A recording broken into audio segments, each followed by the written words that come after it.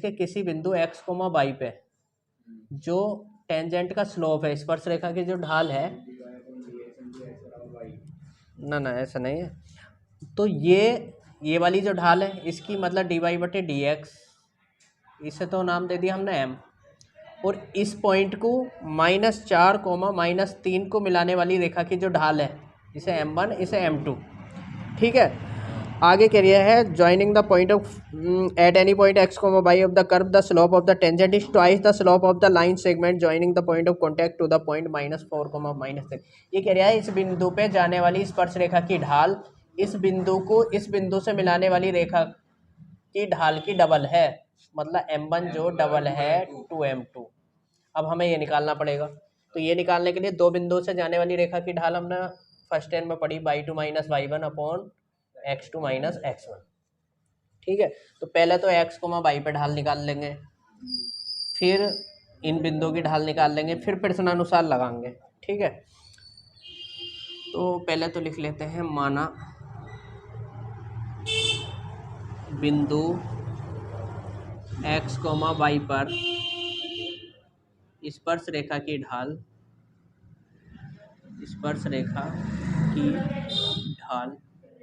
इसे नाम दे दिया हमने m1, बराबर कितना dy/dx। इंग्लिश लिखी लोगे इसकी, let the slope of tangent at x, y m1 = dy/dx। अब m1 निकाल लिया, अब इस बिंदु को इससे मिलाने वाली रेखा की ढाल निकालेंगे। बिंदु x, y को -4, -3 से मिलाने वाली रेखा की ढाल m2 बराबर by2 माइनस फॉर्मूला लगाएंगे by2 - y1 upon x2 - x1। ठीक है, ये तो खाली समझाने के लिए था चित्र। बराबर by2 - y1 -3 -y upon x2 - x1 -4 -x। ऊपर से माइनस कॉमन ले लेते हैं, 3 + y, नीचे से माइनस कॉमन ले लेते हैं, 4 + x, माइनस से माइनस कैंसिल, 3 + y बटे 4 + x। ये अब अकॉर्डिंग टू क्वेश्चन ये कह रहा है जो m1 है वो डबल है किसका, m2 का। m1 मतलब dy/dx बराबर 2 इंटू किसके है, 3 + y अपॉन 4 + x के। तिरछी गुणा कर लेते हैं, ये आ जाएगा 4 + x dy बराबर 2 गुणा 3 + y dx। अब y वाला y के बटे में होना चाहिए, x वाला x के बटे में होना चाहिए, तो ये हो जाएगा dy/3 + y बराबर 2 dx बटे 4 + x। दोनों ओर अब इसको हल कर लेंगे, दोनों ओर समाकलन लेने पर, दोनों ओर समाकलन ले लिया तो समाकलन 1/3 + y dy बराबर 2 बाहर ले लिया, समाकलन 1/4 + x dx। ठीक है, ये हो गया log 3 + y बराबर 2 log 4 + x + c। ध्यान देने वाली बात है। समीकरण नंबर 1। अब वो कह रहा है -2, 1 से जाता है, उसने पहले ही हमें बता रखा, चूंकि वक्र कर्व लिखियो, कर्व -2, 1, क्योंकि वक्र -2, 1 से जाता है। अब 2, -2, 1 से जाता तो ये हो जाएगा log 3 + y का मान 1, 2 log 4 ± माइनस का 2 + c। log ये कितना हो जाएगा 4 बराबर 2 log 2 + c। इधर देखो जरा, log 4 बराबर ये हो जाएगा log, ये 2 को यहाँ रख देंगे, 2 का स्क्वायर + c। log 4 बराबर ये हो गया log 4 + c। log 4 से log 4 कैंसिल, तो c का मान कितना आ गया 0। अब c का मान किस में रख देंगे, 1 में रख देंगे, c का मान 1 में रख देंगे, c का मान 1 में रखने पर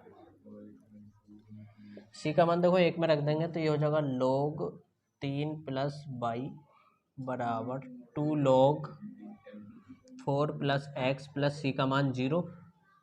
ये 2 उठा के यहाँ पर रख देंगे तो ये हो जाएगा log 3 प्लस वाई बराबर log 4 प्लस एक्स का होल स्क्वायर, log से log उड़ गया, 3 प्लस वाई बराबर 4 प्लस एक्स का होल स्क्वायर।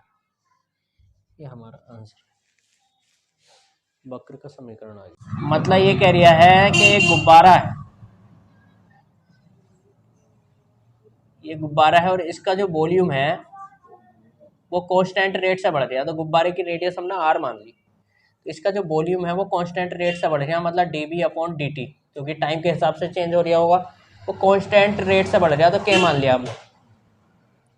अब क्या कह रहा है, सबसे शुरू में शुरुआत में जब t 0 था तो इसकी रेडियस कितनी थी, 3 यूनिट थी, रेडियस 3 यूनिट थी।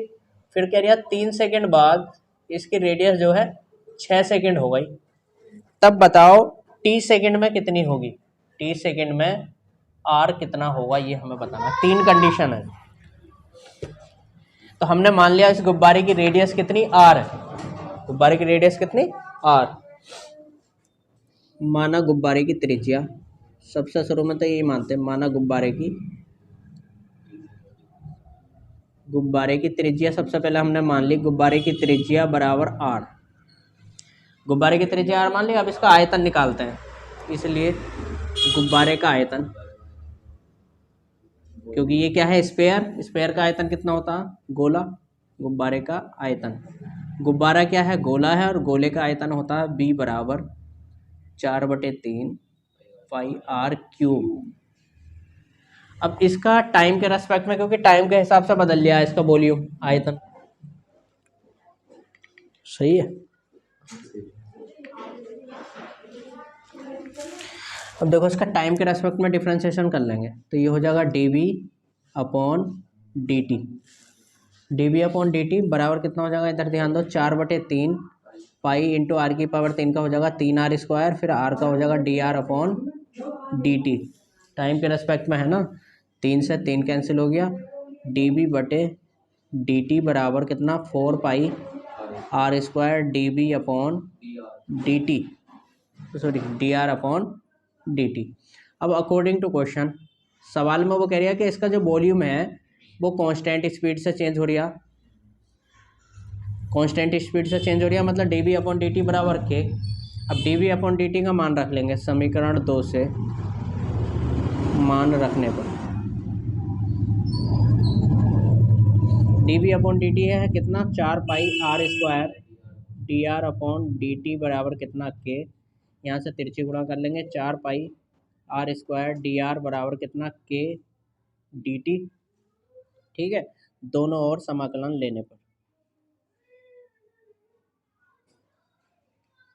समाकलन लेने पर 4 पाई, समाकलन ले लिया 4 पाई r स्क्वायर dr बराबर के dt, 4 पाई बाहर ले लिया, r स्क्वायर dr बराबर के को बाहर ले लिया 1 dt, 4 पाई r का हो गया r की पावर 3/3 बराबर के इंटू 1 का हो गया t प्लस सी,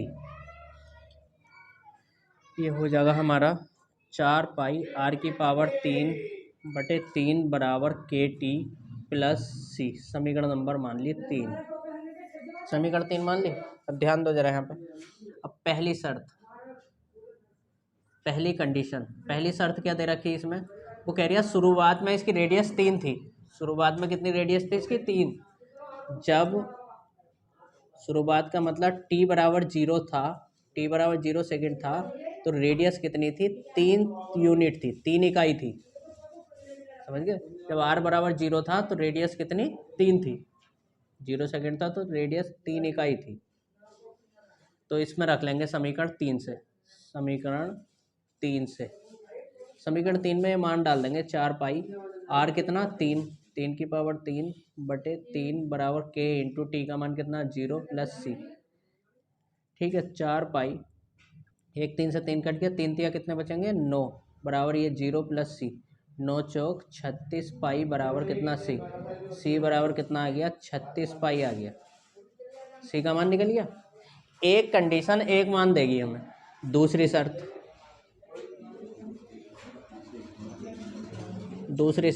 अब दूसरी शर्त में क्या कह रही है, जब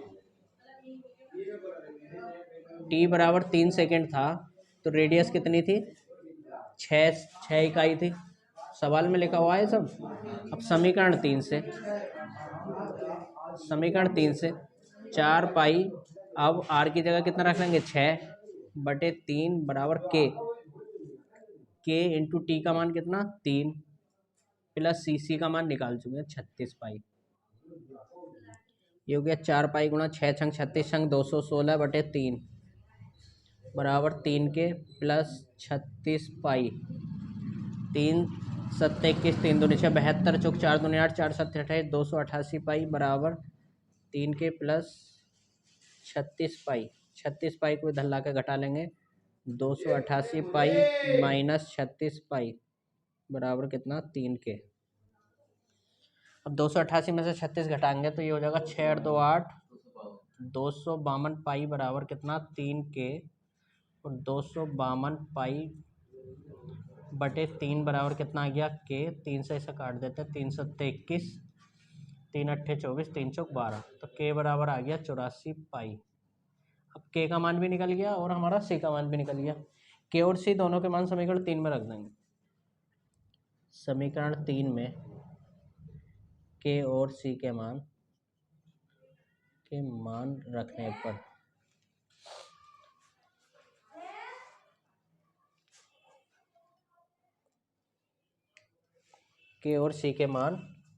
पर अब देखो समीकरण 3 में रखेंगे तो ये हो जाएगा 4 पाई। अब समझने का है थोड़ा पोर्शन जरा, 4 पाई r³ बराबर k का मान कितना 84 पाई, 84 पाई t प्लस c का मान कितना है 36 पाई। हमें निकालना r का मान।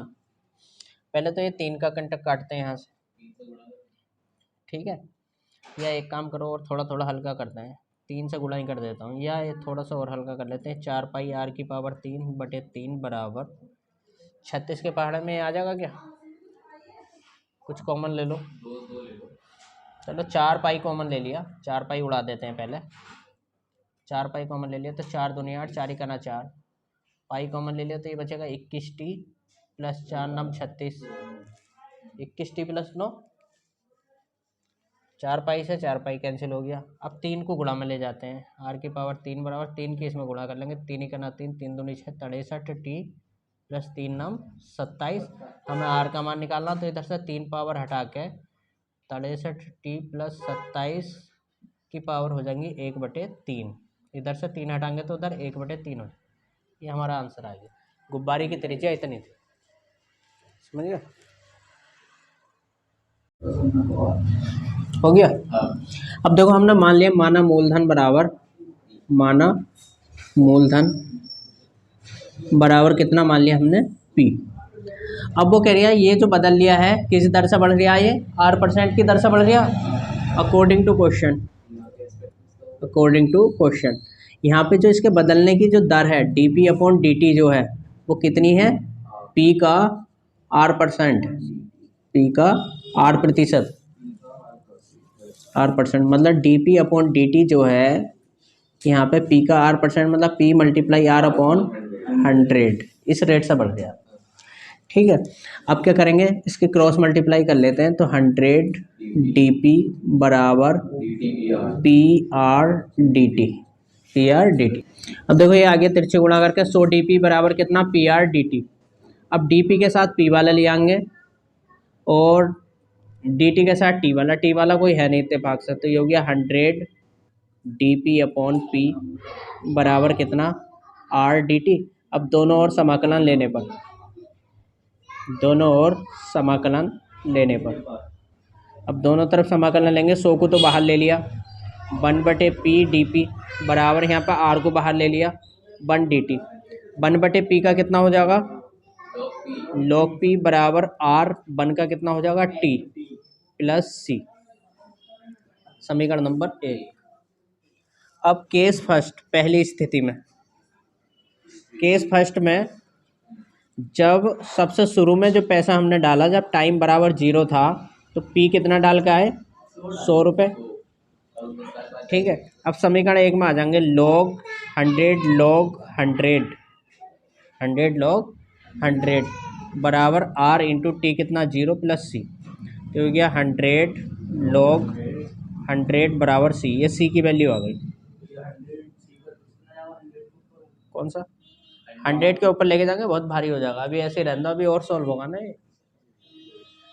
अब case second, case second, case second में क्या कह रहा है, जब 10 साल बाद गए, जब टी बराबर कितना 10 वर्ष, तो पी कितना हो चुका था 200 हो गया था ना, डबल हो गया था।